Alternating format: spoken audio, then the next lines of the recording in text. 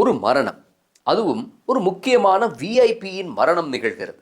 மரணமானவர் உயிருடன் இருந்தபோது கொடுத்த வாக்குமூலத்துக்காக முன்னாள் ஜனாதிபதி ஒருவர் லஞ்ச ஊழல் ஒழிப்பு ஆணைக்குழுவுக்கு அழைக்கப்படுகிறார். வந்தவரை மறிக்கிறார்கள் ஊடகவியலாளர்கள். என்னை குறுக்கு கேள்வி கேட்க முடியாது, என்னை கை காட்டியவர் இறந்து விட்டாரே என்று வெகுளித்தனமாக பதில் சொல்லுகிறார் அவர். இந்த மரணத்தை ஒரு கோணத்தில் பார்த்தால் தன் உயிரை தானே மாய்த்து கொண்டது போல இருக்கிறது. ஆனால் இந்த மரணத்தோடு சம்பந்தப்பட்டிருக்கக்கூடிய கதாபாத்திரங்களினுடைய நடத்தை கோலங்களை பார்த்தால் நமது அறிவுக்கு புலப்படாத ஏதோ ஒரு அபாய மர்மம் இருப்பது போலவும் தோன்றுகிறது. உங்களுக்கு இப்போது புரிந்திருக்கும் நாம் எதை பற்றி பேசிக்கொண்டிருக்கிறோம் என்று. ஸ்ரீலங்கன் ஏர்லைன்ஸ் முன்னாள் பிரதமர் நிறைவேற்று அதிகாரி கபில சந்திரசேனவின் மரணத்தோடு தொடர்புடைய முக்கிய விடயங்களை பற்றி பேசிக் கொண்டிருக்கிறோம். நேற்று மாலை பிரபல கிரிக்கெட் வீரர் அரவிந்த் அடி சில்வாவினுடைய விசுவாசமிகு சேவகனான பெருமாள் கணேசம் மேலதிக விசாரணைகளின் பொருட்டு கைது செய்யப்பட்டிருக்கிறார். நாம் கபில சந்திரசேனவின் யாபஸ் கொடுக்கல் வாங்கல்கள் தொடர்பாக அவர் கைது செய்யப்பட்ட போது விரிவான வீடியோ ஒன்றை பதிவு செய்திருந்தோம். மஹிந்த ராஜபக்சவுக்கு 60 மில்லியன் ரூபாய் லஞ்ச பணத்தை கபில சந்திரசேன வழங்கியதாக விளக்கமறியலில் வைத்து வாக்குமூலம் அளித்த போது மற்றொரு வீடியோ பதிவு செய்தோம். கபில சந்திரசேனவினுடைய அதிர்ச்சி மரணம் மே 8ஆம் தேதி பதிவானதில் இருந்து 3 வீடியோ பதிவுகளை செய்திருக்கிறோம். இது மற்றொன்று. பாதாள உலக கதைகள் போல நிறைய கதாபாத்திரங்களுடன் கிளை பரப்பியவாறு கதைக்களம் விரிந்து கொண்டே செல்கிறது. ஹிஷாம் இன்சைட்ஸ் என்கிற எமது சேனலை சப்ஸ்கிரைப் செய்வதன் மூலமாக இலங்கை பாதாள சாம்ராஜ்ய சிஸ்டத்தினுடைய கடைசி எச்சங்களின் கதைகளை நீங்கள் இலகுவாக புரிந்து கொள்ளலாம். சரி, இன்றைய பதிவு ஸ்ரீலங்கன் ஏர்லைன்ஸின் முன்னாள் நிறைவேற்று அதிகாரி கபில சந்திரசேனவின் மரணம் இலங்கை கிரிக்கெட்டுக்கு அளப்பரிய சேவையாற்றிய, இலங்கைக்கு உலக கிண்ணம் வெல்ல காரணமாக இருந்த அரவிந்த் அடி சில்வாவினுடைய குடும்பத்தை சமூக ஊடகங்களில் கேலி பொருளாக்கி இருக்கிறது. கபில சந்திரசேன திருமணம் செய்திருப்பது அரவிந்த் அடி சில்வாவின் மனைவி பிரியாங்கி அனுஷ்காவின் சகோதரியை. அதாவது அரவிந்த் அடி சில்வாவின் மனைவியும் கபில சந்திரசேனவின் மனைவியும் இரட்டையர்கள். 14 ஏர்பஸ் விமானங்களை கொள்வனவு செய்ய உத்தேசித்த விவகாரத்தில் ஏர்பஸ் நிறுவனத்திடம் $2 மில்லியன் லஞ்சம் பெற்ற கபில சந்திரசேன அந்த பணத்தை தன்னுடைய மனைவியின் ப்ரூனே வங்கி கணக்கு வழியாகத்தான் நாட்டுக்குள் கொண்டு வந்திருந்தார். இந்த பணத்தில் ஒரு பகுதியான 60 மில்லியன் ரூபாய்களை மஹிந்த ராஜபக்சவுக்கும் 20 மில்லியன் ரூபாய்களை முன்னாள் சிவில் விமான சேவைகள் அமைச்சர் பிரியங்கர ஜெயரத்னவுக்கும் வழங்கியதாக அவர் லஞ்ச ஊழல் ஒழிப்பு ஆணைக்குழுவில் வாக்குமூலம் அளித்திருக்கிறார். கைது செய்யப்பட்டு 50 நாட்களுக்கு மேல் விளக்கமறியலில் வைக்கப்பட்டிருந்த கபில சந்திரசேன பிணை கிடைத்ததும் அப்படியே தனது வீட்டுக்கு வந்ததாக அரவிந்த் அடி சில்வாவின் மனைவி கொழும்பு கோட்டை நீதிமன்றத்தில் சாட்சியம் அளித்திருக்கிறார். அரவிந்தவும் அவருடைய மனைவியும் தமது சாட்சியங்களில் கபில சந்திரசேனவின் மரணத்தில் சந்தேகம் இல்லை என்கிறார்கள். இறப்பதற்கு முன்னைய இரவு தனது வீட்டில் தன்னோடு விரக்தியாக கபில சந்திரசேன பேசிக் கொண்டிருந்ததாக கபில சந்திரசேனவின் மரண விசாரணைகள் தொடர்பாக சாட்சியம் அளிக்கையில் கொழும்பு கோட்டை நீதிமன்றத்தில் அரவிந்த் அடி சில்வா சாட்சியம் அளித்திருந்தார். கபில சந்திரசேனவுக்கு ஒரு கதை, ஏர்பஸ் லஞ்சம் இன்னொரு கதை. அரவிந்த் அடி சில்வாவும் மனைவியும் உறவினர்களாக சம்பந்தப்படுவது தனிக்கதை என்று முழுக்க முழுக்க விவிஐபிக்களின் சங்கமம் இது. நாம் இப்போது கபில சந்திரசேனவுக்கு பிணை கிடைத்த படலத்தில் இருந்து ஆரம்பிப்போம். கபில சந்திரசேனவும் அவரது மனைவியும் ஏர்பஸ் கொடுக்கல் வாங்கல் தொடர்பாக முன்னர் கைது செய்யப்பட்ட போது அரவிந்த் அடி சில்வாவும் அவருடைய மனைவியும் சரீர பிணை நின்றிருக்கிறார்கள். பிணை பெற்றதும் ஆஸ்திரேலியாவுக்கு போய் வருவதாக நீதிமன்ற அனுமதி பெற்றுக் கொண்டு போன கபில சந்திரசேனவின் மனைவி போனதுதான், திரும்பவே இல்லை. கபில சந்திரசேன மீண்டும் மார்ச் மாதம் கைது செய்யப்பட்டு மே 5ஆம் தேதி பிணையில் விடுவிக்கப்பட்டார். கபிலவின் ரொக்க பிணைக்காக 5 லட்சம் ரூபாய் வழங்கியிருக்கிறார் அரவிந்த் அடி சில்வா. சரீர பிணைக்கும் கபிலவின் சட்டத்தரணியை கலந்து ஆலோசித்து ஆட்களை ஏற்பாடு செய்திருக்கிறார். இதற்கு தனது சேவகரான பெருமாள் கணேஷின் ஒத்துழைப்பை நாடியிருக்கிறார் அரவிந்த் அடி சில்வா. கபில சந்திரசேனவின் ரொக்கப்பிணைக்கான பணத்தை கொண்டு போய் நீதிமன்றத்தில் கட்டுமாறு பெருமாள் கணேஷுக்கு அரவிந்த் அடி சில்வா உத்தரவிட்டதுக்கு பிறகு தனது வேலையை பார்க்க போய்விட்டார். அதன் பின்னர் என்ன நடந்தது என்று அரவிந்த் அடி சில்வாவுக்கு தெரியாது. மறுநாள் 6ஆம் தேதி பிணை பெற்ற கபில சந்திரசேன நேரடியாக அரவிந்த் அடி சில்வாவின் வீட்டுக்கு வந்திருக்கிறார். அப்போது அரவிந்த் அடி சில்வா வீட்டில் இருக்கவில்லை, சாப்பிட்டு விட்டு போனதாக அவருடைய மனைவி மரண விசாரணைகளின் போது தெரிவித்திருந்தார். 7ஆம் தேதி அரவிந்த் அடி சில்வாவுக்கு தொலைபேசி அழைப்புகள் வரத் தொடங்கின. கபில சந்திரசேனவின் பிணையில் குளறுபடி ஏற்பட்டுள்ளதாகவும் அவர் மீண்டும் கைது செய்யப்பட இருப்பதாகவும் அரவிந்த் அடி சில்வா தெரிந்து கொள்கிறார்.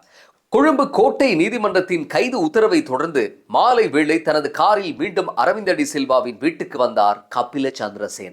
யாராவது பணியாளரிடம் சொல்லி தன்னுடைய காரை கொண்டு போய் தன்னுடைய வீட்டில் ஒப்படைக்குமாறு அரவிந்த் டி சில்வாவின் மனைவியிடம் கார் சாவியை ஒப்படைத்துவிட்டு அரவிந்த் டி சில்வாவினுடைய வீட்டில் தங்கிவிட்டார் கபில சந்திரசேன. வீட்டுக்கு வந்த அரவிந்த் டி சில்வாவிடம் நிலைமை எத்தி வைக்கப்பட்டது. அவர் உடனே தனது மனைவியுடன் கபில சந்திரசேனவின் சட்டத்தரணியை பார்க்க கிளம்பி சென்றார். இதேவேளை கபில சந்திரசேன அரவிந்த் டி சில்வாவினுடைய வீட்டிலேயே இருந்தார். கபில சந்திரசேனவை கைது செய்ய உத்தரவு பிறப்பிக்கப்பட்டிருந்ததால் அவர் அந்த பயணத்தில் இணைந்து கொள்ளவில்லை. அரவிந்தவும் அவர் மனைவியும் வீடு திரும்பிய போது இரவு 11 மணியாகி இருந்தது. கபிலவுக்கு தூங்குவதற்கு முதல் மாடியில் அரவிந்த் டி சில்வாவினுடைய புதல்வரின் அறை ஒதுக்கப்பட்டிருந்தது. அப்போது அவர் அரவிந்த் டி சில்வாவிடம் தன்னை மீண்டும் கைது செய்ய போவதாகவும் தனக்கு சிறை செல்ல விருப்பமில்லை என்றும் வெறுப்புடன் தெரிவித்திருக்கிறார். அவருக்கு ஆறுதல் சொல்லி தேற்றியிருக்கிறார் அரவிந்த் டி சில்வா. மறுநாள் நீதிமன்றத்தில் சரணடைவதுதான் ஏற்பாடாக இருந்திருக்கிறது. ஆனால் துரதிருஷ்டவசமாக அவரது மரண செய்திதான் வந்து சேர்ந்தது. இந்த மரணம் மற்றும் மரண சாட்சியங்களை நாம் விரிவாக சொல்லியிருக்கிறோம். இன்னமும் கபில சந்திரசேனவின் மரணத்தின் போஸ்ட்மார்ட்டம் ரிப்போர்ட் வந்து சேரவில்லை. கபில பயன்படுத்திய ஐபோன் 16 Pro Maxினுடைய பாஸ்கோட் அவருடைய முக அடையாளமாக இருந்ததால் அதை திறக்க முடியாமல் திணறுகிறது கொழும்பு குற்றத்தடுப்பு பிரிவு. ஐபோன் கம்பெனியின் அல்லது வேறு ஏதாவது வழிமுறை ஒன்றின் மூலம் போனை திறக்க நீதிமன்றம் அனுமதி கொடுத்திருக்கிறது. இப்போது கபில சந்திரசேனவின் பிணை குளறுபடிகள் தொடர்பாகத்தான் போலீஸ் விசாரணைகள் தீவிரம் பெற்றிருக்கின்றன. அரவிந்த் டி சில்வா கபில சந்திரசேனவை சரீர பிணை எடுக்க ஆட்களை ஏற்பாடு செய்ய தன்னுடைய சேவகரான பெருமாள் கணேஷுக்கு பணித்ததன் பின்னர் என்ன நடந்தது என்றுதான் இப்போது குழப்பமாக இருக்கிறது. இடையில் என்ன நடந்தது என்றுதான் புரியவில்லை. முஸ்லிம்கள் இருவரை கூட்டிக் கொண்டு வந்து கபிலவின் உறவினர்கள் என்று கூறி பிணை பெறுகிறார்கள். இந்த சதி மோசடி அம்பலமாக பிணை நின்றவர்கள் உடனே கைது செய்யப்பட்டார்கள். கபில சந்திரசேனவை உடனடியாக கைது செய்ய ஆணையிட்டது நீதிமன்றம். போலி பிணைக்கு உதவியோரும் கைதானார்கள். புதுக்கடை நீதிமன்றத்துக்கு அருகில் இருக்கும் கெசல்வத்தையைச் சேர்ந்த முகமது ரிஸ்வான் மற்றும் முகமது இர்ஷான் என்ற நபர்கள்தான் கபில சந்திரசேனவுக்கு பிணை கொடுக்க வந்து கைதான ஆசாமிகள். அதாவது இவர்களுக்கும் கபில சந்திரசேனவுக்கும் எந்த சம்பந்தமும் இல்லை. இவர்களுக்கு கபில சந்திரசேன யார் என்றே தெரியாது. நெருங்கிய உறவினர்கள் தான் சரீர பிணை நிற்க முடியும். ஆனால் கூலிக்கு பிணை நிற்கும் இவர்களை நாடே எதிர்பார்த்திருக்கும் ஒரு முக்கிய விசாரணை ஒன்றில் பிணை வைக்க பயன்படுத்தப்பட்டதன் பின்னால் ஏதாவது அர்த்தம் இருக்கிறதா என்ற கோணத்தில் இப்போது விசாரணைகள் நடக்கின்றன. இவர்களை பிணை நிற்க வைத்த தரகர் வேலை பார்த்த திஸ்ஸை என்ற நபரும் கைது செய்யப்பட்டிருக்கிறார். இவர்களுக்கு பிணை நிற்பதற்கான கூலி 15,000 தேவா வழங்கியதாக கூறப்படுகிறது.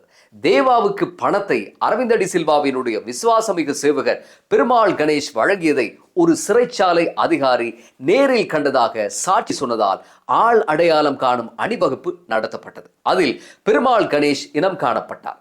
பெருமாள் கணேஷோ தன்னிடம் இருந்தது அரவிந்த் டி சில்வா கபில சந்திரசேனவை ரொக்கப்பணியில் விடுவிக்க தந்த 5 லட்சம் ரூபாய் பணம் என்றும் திஸ்ஸவுக்கு தான் பணம் கொடுக்கவில்லை என்றும் இந்த கூலிக்கு பிணை அமர்த்தல் பற்றி தனக்கு எதுவும் தெரியாது என்றும் வாதிடுகிறார். அவருக்கு ஒரு ஜனாதிபதி சட்டத்தரணியையும் அரவிந்த் டி சில்வா ஏற்பாடு செய்து கொடுத்திருக்கிறார்.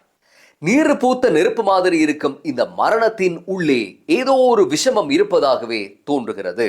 இப்போது பெருமாள் கணேஷ், திஸ்ஸ, ரிஸ்வான், இர்ஷான் எல்லோரும் கம்பி எண்ணுகிறார்கள். அரவிந்த் டி சில்வா பெருமாள் கணேஷிடம் 2 சரீர பிணையாளர்களை ஏற்பாடு செய்ய சொல்லுகிறார். ரொக்கப்பிணைக்கு 5 லட்சம் ரூபாய் காசும் கொடுக்கிறார். அப்படி அரவிந்த் டி சில்வா சரீர பிணைக்கு ஏற்பாடு செய்தவர்கள் இவர்களுக்கு நன்கு தெரிந்த நபர்கள். அப்படி இருக்க எப்படி சம்பந்தம் இல்லாத திஸ்ஸை என்ற தரகர் இங்கே உள்நுழைந்து கபில சந்திரசேன வாழ்நாளில் ஒருமுறை கூட சந்திக்காத 2 முஸ்லிம் நபர்களை இங்கே கொண்டு வருகிறார்? ஒரே மர்மமாக இருக்கிறது. யாராவது ஒரு நபருக்கு பிணை நிற்பதாயின் கிராம சேவையாளரின் வதிவிட சான்றிதழ் அவசியம். இங்கே அதிர்ச்சி அளிக்கக்கூடிய செய்தி என்னவென்றால், முகமது ரிஸ்வான் கடந்த ஜனவரி முதல் இதுவரை 10 வதிவிட சான்றிதழ்களையும், முகமது இர்ஷான் 7 வதிவிட சான்றிதழ்களையும் கிராம சேவையாளர் மூலம் பெற்றிருக்கிறார்கள். அதாவது முன்பின் தெரியாத நபர்களுக்கு பிணை நிற்பது இவர்களுடைய தொழில். கிராம சேவையாளரும் விசாரிக்கப்பட்டதாக செய்திகள் தெரிவிக்கின்றன. இதேவேளை அரவிந்த் டி சில்வாவின் வீட்டில் கபில தங்கியிருந்த அறையில் லேபல் இல்லாத மருந்துகள் இருந்ததாகவும் கபிலவின் பர்ஸ் இதுவரை கண்டுபிடிக்கப்படவில்லை என்றும் நீதிமன்றத்தில் தெரிவிக்கப்பட்டிருக்கிறது. இப்போது கேள்வி என்னவென்றால், இது தன்னைத்தானே அழித்துக் கொண்ட செயற்பாடா, அல்லது வேறு ஏதாவது ஒன்றா, அல்லது கபில சந்திரசேனவுக்கு இந்த விரக்தியான முடிவை எடுக்க ஏதாவது அழுத்தம் கொடுக்கப்பட்டதா என்பதுதான். கபில சந்திரசேனவின் மனைவி கபில சந்திரசேனவை பிரிந்து தன்னுடைய பிள்ளைகளுடன் ஆஸ்திரேலியாவில் வாழ்கிறார். அவருக்கு ரெட் நோட்டீஸ் எனப்படும் சிவப்பு பிடியாணை பிறப்பிக்கப்பட்டிருக்கிறது. சகோதரி எப்போது இங்கே வருவார் என்று கேட்டதுக்கு சட்டத்தரணிகளினுடைய ஆலோசனையின்படி ஆஸ்திரேலியாவில் இருப்பதாக சொல்லுகிறார் அரவிந்த் டி சில்வாவினுடைய மனைவி. அரவிந்த் டி சில்வாவின் மனைவிக்கு தன் சகோதரியை பற்றி இதுவரை தெரியும் என்ற கேள்வி எழுகிறது. இது கபில சந்திரசேன என்ற நபர் ஒரு ஆபீஸில் வேலை செய்து ஊழல் செய்ய போய் மாட்டிக்கொண்டு அரவிந்த் டி சில்வா சட்டத்தரணி ஏற்பாடு செய்து கொடுத்த ஒரு விஷயம் அல்ல. கபில என்பவர் இங்கே பாவிக்கப்பட்ட ஒரு கைக்குட்டை. அவர் வெறும் பிரதமர் நிறைவேற்று அதிகாரி மட்டும்தான். ஏர்பஸ் கொடுக்கல் வாங்கலின் முழு திட்டமும் அன்றைய சபாநாயகர் சமல் ராஜபக்சவின் வீட்டில்தான் தீட்டப்பட்டது என்று பல்வேறுபட்ட சமூக ஊடகங்களிலும் செய்தி சேனல்களிலும் பதிவாகி இருக்கிறது. கபில சந்திரசேன இறந்து போயிருக்கலாம், ஆனால் இந்த கொடுக்கல் வாங்கலுடன் சம்பந்தப்பட்ட ஷமீந்திர ராஜபக்ச அமெரிக்காவில் இருக்கிறார். அமெரிக்காவில் அவர் வசித்த இடத்திலிருந்து தலைமறைவாகி இருப்பதாக தெரிவிக்கப்படுகிறது. இது எப்படியோ உயிரோடு இருக்கிறார். கபில சந்திரசேனவின் மனைவியும் ஆஸ்திரேலியாவில் இருக்கிறார். கடந்த காலங்களில் பாதாள உலக நபர்களை அள்ளி கொண்டு வந்தார்கள். கடந்த வாரமும் ஒருவர் அழைத்து வரப்பட்டார். ஆனால் இன்னமும் விவிஐபி அந்தஸ்தில் இருக்கும் எந்த ஒரு புள்ளியும் அழைத்து வரப்படவில்லை. இதே சிவப்பு பிடிவிரான் சட்டமும் இந்த முன்னாள் அதிகார வர்க்கத்துக்கும் நிச்சயமாக செல்லுபடியாகும். யாரும் சட்டத்துக்கு மேலே இல்லை என்றால் கண்டிப்பாக நேரத்தை வீணடிக்காமல் அழைத்து வரப்பட வேண்டும். மக்களுக்கு இந்த பாரிய கொள்ளையின் ஆதி மூலமும் இந்த மரணத்தின் பின்னணியும் தெரிவிக்கப்பட வேண்டும். இதற்கு நாம் தொடர்ச்சியாக அழுத்தம் கொடுக்க வேண்டும். மீண்டும் அடுத்த பதிவில் சந்திப்போம். நன்றி.